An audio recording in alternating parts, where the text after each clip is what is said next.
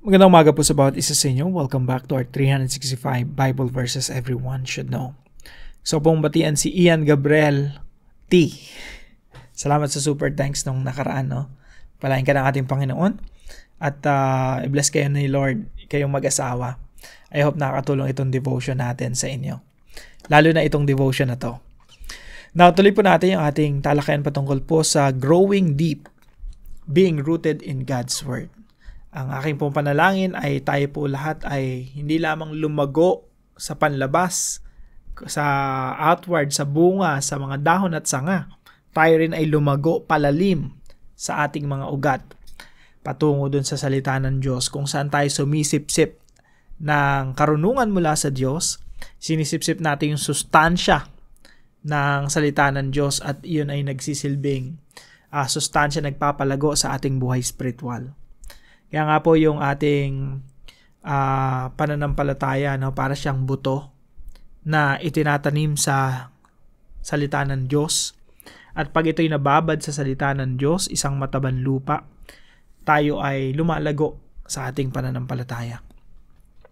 Now, yung ating talatang pag-aaralan po na ngayong umaga ay matatagpuan po sa Psalm chapter 119 verse 97.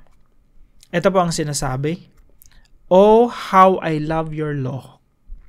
I meditate on it all day long." Napaikli lang, no, ng mga talata, pero malalim po. Sa Tagalog po, iniibig ko ang inyong kautusan. Palagi ko itong pinagbubulay-bulayan. Now, maikling-maikli lang po ito. Halos dalawang sentences lang. Very simple concept sa Bible. Pero malalim po ang dating nito sa akin at I hope sa inyo rin. Pag nagbabasa po tayo ng Bible, unang-una po, ito yung pinakauna nating katuruan. Reading the Bible requires heart and mind. Pansinin niyo po yung nakasulat, no? "Oh, how I love your law." Merong emotion talaga eh. Merong pag-ibig. Merong ka talagang mararamdaman. Yung pangalawang aspect naman niya, I meditate on it all day long.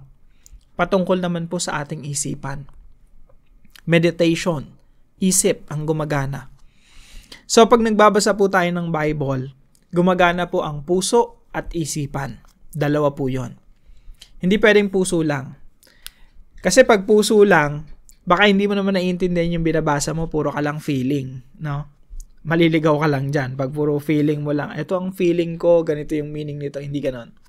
So, hindi lang siya feeling. Dapat, mahal mo si Lord, mahal mo yung salita ng Diyos, pero hindi lang siya puro feeling na walang kaunawaan. So, kailangan din po ng mind. Kaya po sabi nga ng Panginoon, no, mahalin mo siya ng buong puso, at buong isip, at buong lakas. No? So, hindi pwedeng isang aspeto lang ng buhay natin, kundi kabuuan ng buhay natin, iniibig natin yung Diyos, at iniibig din natin yung kanyang salita. So, oh how I love your law, I meditate on it all day long.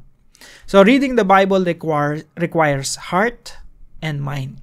Puso, isipan. Ibig sabihin ng isipan naman, inuunawa natin. Hindi lang natin mahal yung Diyos at yung kanyang salita. Inuunawa din natin sino ba yung Diyos at ano yung sinasabi ng kanyang banal na kasulatan.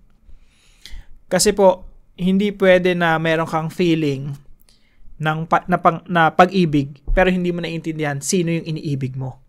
Mahal mo yung salita ng Diyos pero hindi mo naunawaan kung ano yung sinasabi ng salita ng Diyos. So, laging dalawa, no? Puso at isipan. Now, yung pangalawa na naman natin katuruan, reading the Bible results to wise decisions. Ayan. Kaya po, puso at isipan dapat gumagana. Kasi po, doon natin mauunawaan ano ba talaga yung sinasabi ng salita ng Diyos. So, inuunawa nating mabuti. Tapos minamahal natin kung ano yung kapahayagan ng Diyos patungkol sa kanyang sarili. The more na nakikilala natin yung Diyos, the more na i-inlove tayo sa Kanya. So, merong pagkakilala, merong meditation, merong pag-iisip na involved, meron ding puso.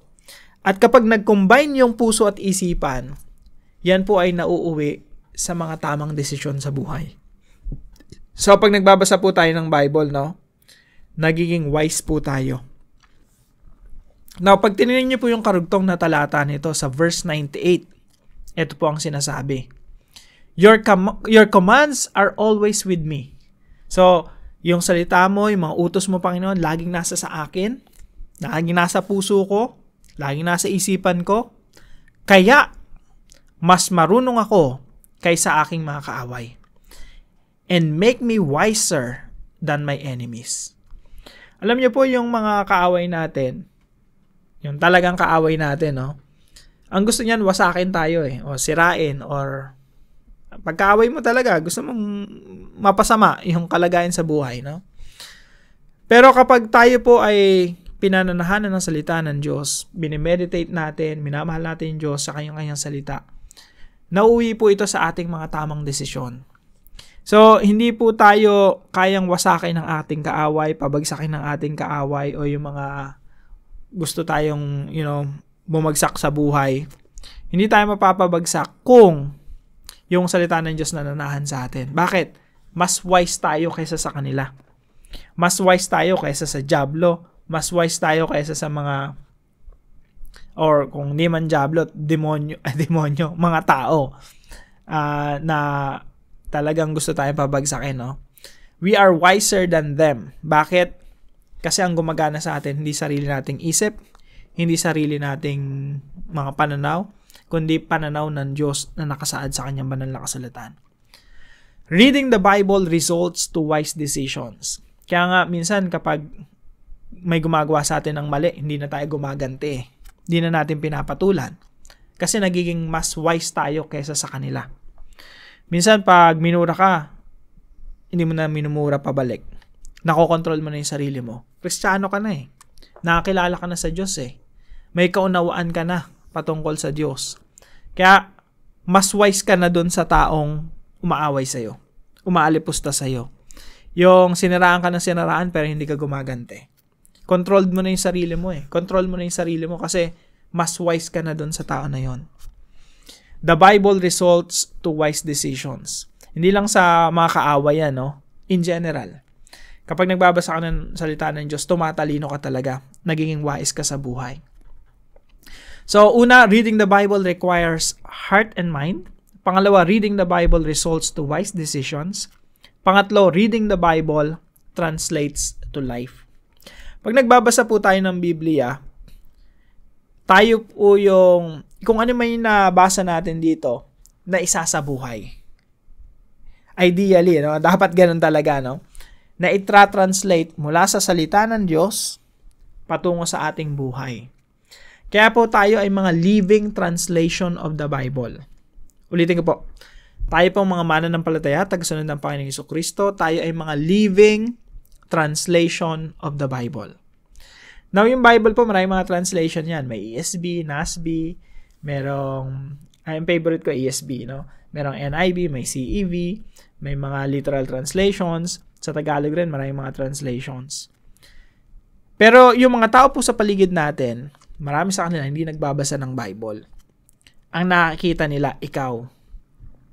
At ikaw yung living translation of the Bible.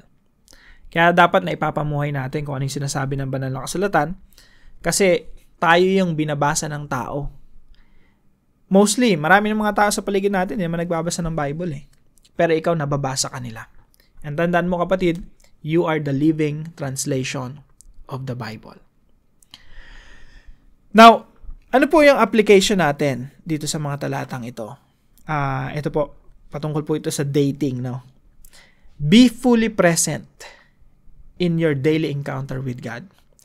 Yung enkwentro po natin sa Diyos, yung araw-araw na pagde-devotion natin, kailangan maging fully present tayo doon Hindi yung nagde-devotion tayo, nagbabasa tayo, tapos lumilipad yung isip natin.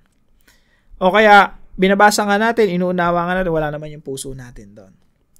Kailangan, pag nakipag-date ka sa Panginoon sa umaga, you have this encounter with God. It's like dating. Kapag nakikipag-date ka, hindi pwedeng lumilipad yung isip mo magagalit sa yung partner mo, di ba? Hindi naman pwedeng kausap mo siya, pero yung puso mo, wala na doon, hindi mo na siya mahal, or nanlalata ka na o nanlalamig ka na sa kanya. Hindi masayang date yon. Yung masayang date, Si lalaki, si babae, they are fully present with each other. Alam mo yung fully present? Ibig sabihin, yung kabuuan mo nandun. Wala sa trabaho, wala sa negosyo, wala sa mga gagawin mo mamaya, mga activities at kung ano-ano pang mga hobbies, o kung ano man mga titinda. Kailangan you are fully present with that person. Yung puso at isipan mo, nandoon. Yan po yung ibig sabihin ng be fully present in your daily encounter with God. Pag nakipagniig ka sa Panginoon, nagbabasa ka ng Bible, may devotion, may date ka with the Lord, may encounter ka with the Lord, talagang puso at isipan mo naroroon. Ganda nga ng talatangan natin ngayong umaga. Oh, how I love your law. That's your emotion. That's your heart. I meditate on it all day long. That's your mind. So pag nagbabasa ka ng Bible, you're having this encounter with the Lord. You are fully present there in your encounter with God. Parang dating. Yung kabuuan ng pagkatao mo naroroon, nakikipagtagpo at nakikipagniig sa Diyos. Be fully present in your daily encounter with God. And take note po, daily po ito. Araw-araw na enkwentro sa ating Diyos. Pangalawa po, be wiser than your enemies. Again, reading the Bible results to wise decisions. Kaya po, yung sa kaaway natin in general, no, pati yung mga spiritual beings na kaaway natin, dapat mas wise tayo kaysa sa kanila. Paano nangyayari yon? Tandaan po natin yung salita ng Diyos. This is the wisdom of God. Kapag ito ay binabasa natin, inuunawa, pinagpapahalagahan, at nilalagay sa ating puso't isipan, ang nilalagay natin hindi lang basta salita, kundi salita ng Diyos. Hindi lang basta kung ano man, kundi isipan ng Diyos. This is the mind of God. This is the wisdom of God na nilalagay natin sa ating puso't isipan. So, ano mangyayari sa'yo? You will become wiser than your enemies. Kung gusto kang pabagsakin ng kaaway mo, hindi ka nila mapapabagsak. Bakit? Mas matalino ka sa kanila. Bakit? Kasi yung isipan mo, isipan ng Diyos na natagpuan mo sa kanyang mga salita. So, be wiser than your enemies. At pangatlo po, be a living translation. Napakaganda po ng puntos na to, no? Talagang sapul kahit sino sa atin. Lalo-lalo na ako, no? Be a living translation of the Bible.